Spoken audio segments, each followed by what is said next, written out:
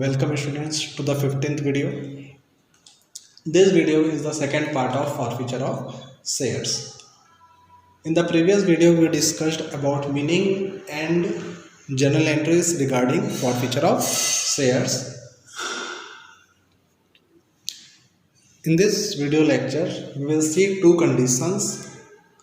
Condition is when premium amount on forfeited share is received, when premium amount on forfeited share is not received. Means the share when it was issued, at that time if share is issued at premium, share किस में issue है? Premium में, तो the company forfeit the shares before receiving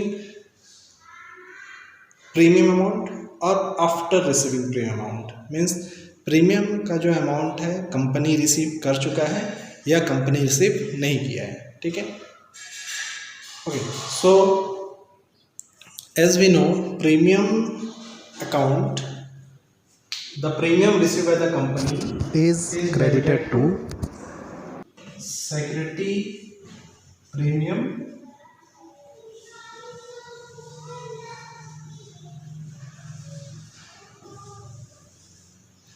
The premium which is received by the company is credited to security premium reserve account. Okay, this entry we pass at the time of due entry. जब due entry करते हैं उस समय we pass this entry, है ना.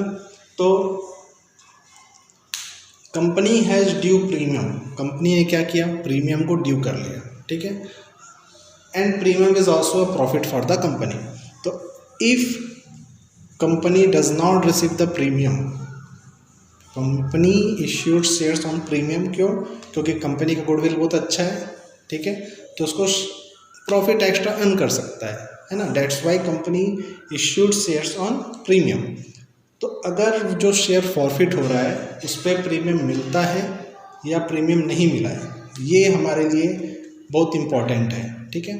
Because that is a matter of profit, है ना. That is a matter of profit. तो अगर सिक्योरिटी प्रीमियम ड्यू हुआ है तो ड्यू होने के बाद वो रिसीव हुआ या रिसीव नहीं हुआ, इस चीज़ पे हमको ध्यान देना होता है. Okay.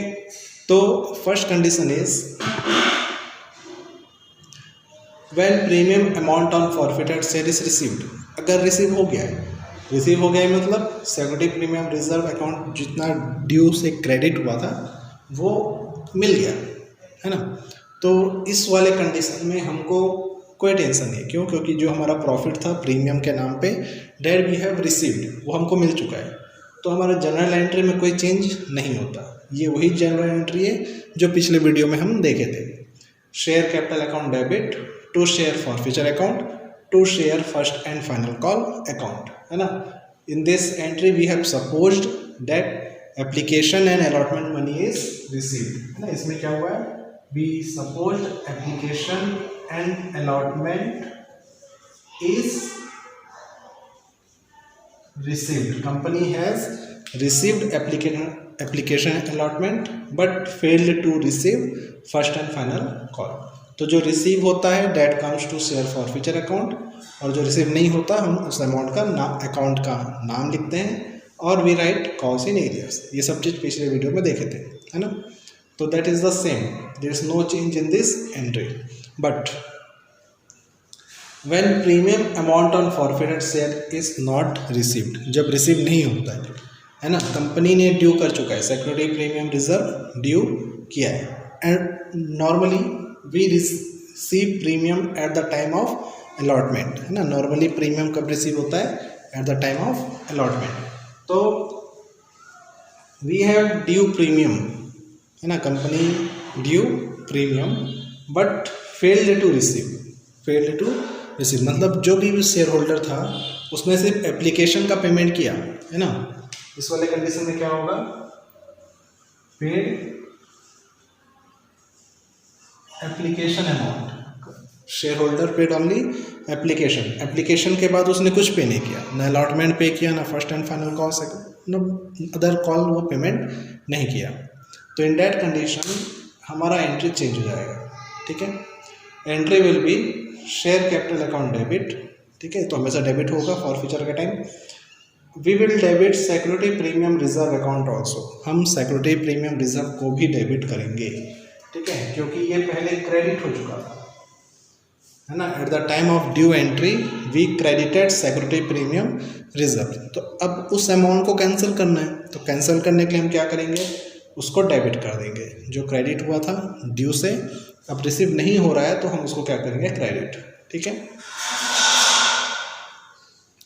To share forfeiture account, share forfeiture में वो अमाउंट आता है जो रिसीव हो गया। टू शेयर अलॉटमेंट अकाउंट, ठीक है, हम एज्यूम कर रहे हैं कि अलॉटमेंट का रिसीव नहीं हुआ। Two share first and final call account, okay. तो this is the journal entry when premium amount on forfeited share is not received by the company. Same entry होता है, बस प्रीमियम अकाउंट को हमको क्या करना है, अब डेबिट करना है, क्योंकि वो रिसीव नहीं हुआ, पहले ड्यू कर चुके थे, रिसीव नहीं हुआ, कैंसिल करने के लिए हम उसको अब डेबिट करेंगे, ओके। और फॉरफीचर में वो अमाउंट जो रिसीव हो जाता है, allotment first and final call, ये दोनों रिसीव नहीं हुआ, इसलिए हमने उनका नाम लिख दिया, okay. Okay, now let's take one example. Question is XYZ Limited issued 200 share of ₹10 each on premium of ₹2 to Atul, ठीक है। We had a 200 share here,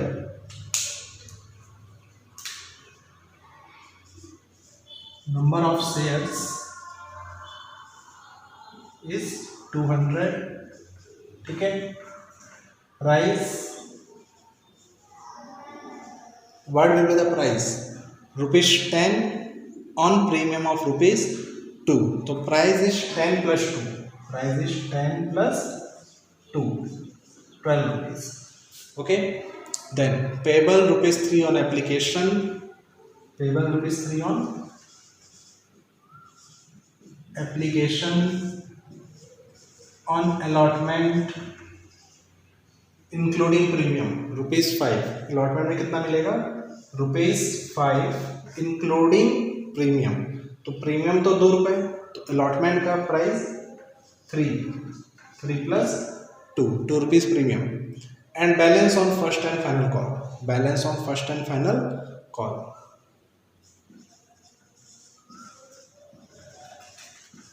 first and final call is, देखो टोटल इज 12, टोटल कितना है 12, 3 rupees application, 5 rupees allotment, 5 plus 3 8, तो 12 minus 8 4 rupees is the balance, ठीक है। Atul failed to pay allotment money and thereafter share issued to Atul were forfeited.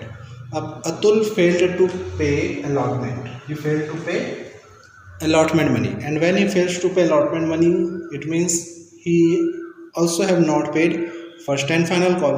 अगर allotment पे नहीं कर रहा है तो वो first and final भी call पे नहीं कर रहा होगा, है ना। तो company decided to forfeit shares of Atul, okay.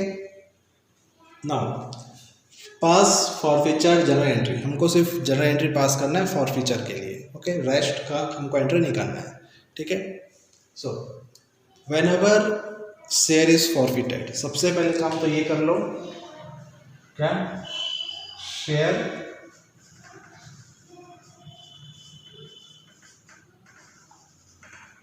Share capital account debit, ये काम कर लो, ठीक है, क्योंकि हमेशा शेयर कैपिटल डेबिट होगा जब भी फॉरफीचर होता है। तो अब in this question Atul fail to pay allotment, it means he have also not paid premium amount, उसने प्रीमियम का भी पेमेंट नहीं किया है। अगर वो अलॉटमेंट पे नहीं कर रहा है, अलॉटमेंट के साथ प्रीमियम पे होना था, इट मीन्स उसने प्रीमियम का भी पेमेंट नहीं किया।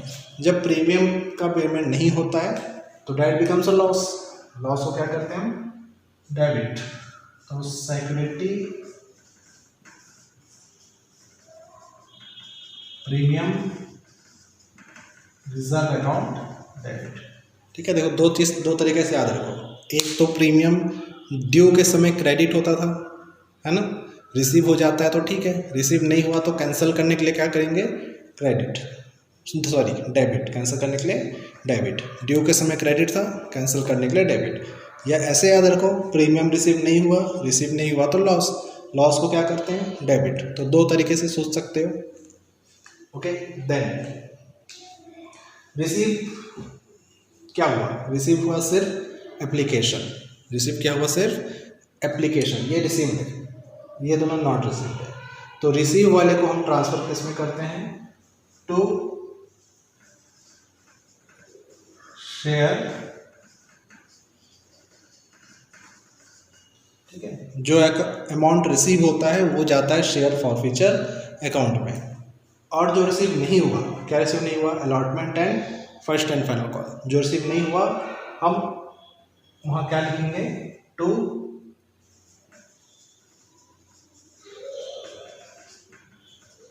से allotment account, to share first and final call account, ठीक है। हम ये दोनों का नाम लिख लेंगे जिसका अमाउंट रिसीव नहीं हुआ, ठीक है, ओके। अब अमाउंट कैसे डालेंगे, देखो, total number of shares issued to Atul 200 shares were issued to Atul, तो total price 200 into 10, in capital we will take 200 into 10, 12 मत ले लेना, 2 रुपीज़ प्रीमियम का था, शेयर का रियल फेस वैल्यू कितना है, फेस वैल्यू इज 10, तो शेयर कैपिटल में आएगा 200 into 10, that is 2000 rupees, okay. Premium में we will write 200 into 2, premium में आएगा 200 इंटू 2, तो ये हो गया 400 rupees. Then share forfeiture we received ₹3, है ना, वी रिसीव्ड एप्लीकेशन इज ₹3 पर शेयर, तो in share forfeiture we will write 200 into 3, that is 600 rupees. We received only 600 rupees.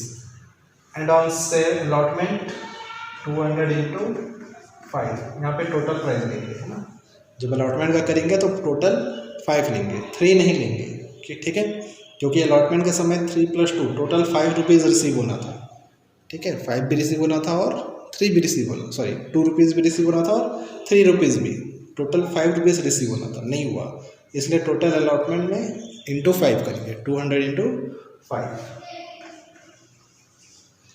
And first and final call 200 into 4, that is 800 rupees, okay. तो in this way we will solve the question, ठीक है, ठीक है, both the side total is equal, this side total 2400 and this side also we have total of 2400, okay. So this is the way to solve a question when share is issued at premium, जब share premium में issue होता है तो उसको इस तरह से treat करना है, okay. Okay, so that's all for today. Next topic will be reissue of shares. Thank you.